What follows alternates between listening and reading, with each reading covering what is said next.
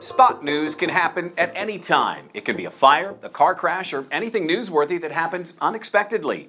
Even with Spot News, you can develop a plan ahead of time. Here are some tips provided by professional video journalists on how to prepare and produce Spot News coverage with your mobile device. In a breaking news situation, I think the key things that you have to remember are what are the essential things that your audience is going to need to know, and that's what you should focus on. Basically, you want to go back to the who, what, when, and where. You always run that through your head when you're at a scene by yourself. So you want to make sure you get wide establishing shots, some medium shots, some tight shots. Look around, see if you see people who are upset or people who look like they may be involved in what's going on. When you arrive at the scene, observe what people are doing and get establishing shots. Here's an example on how to cover a fire that just broke out.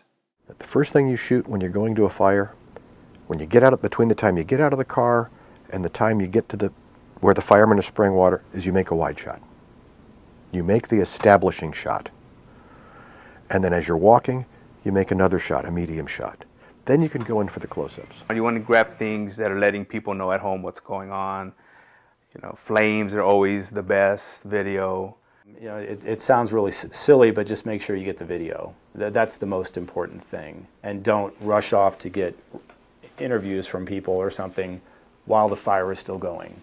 Nothing makes amateur video look more professional than a tripod.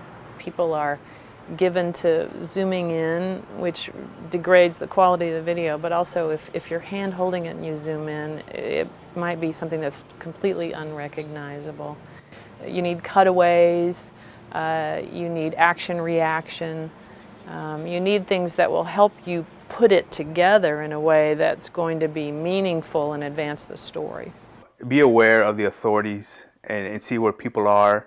If there's crime scene tape up, stay behind it. You don't want to put yourself into a situation where you're caught in the middle. Sometimes you got to really assess how dangerous is it when you get there.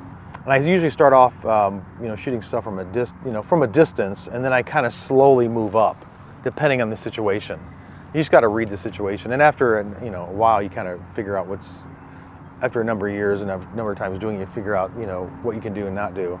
After you have the shots needed to tell the initial story, send your video to news agencies as soon as possible. Breaking news happens fast, and you'll want to send out what you have quickly.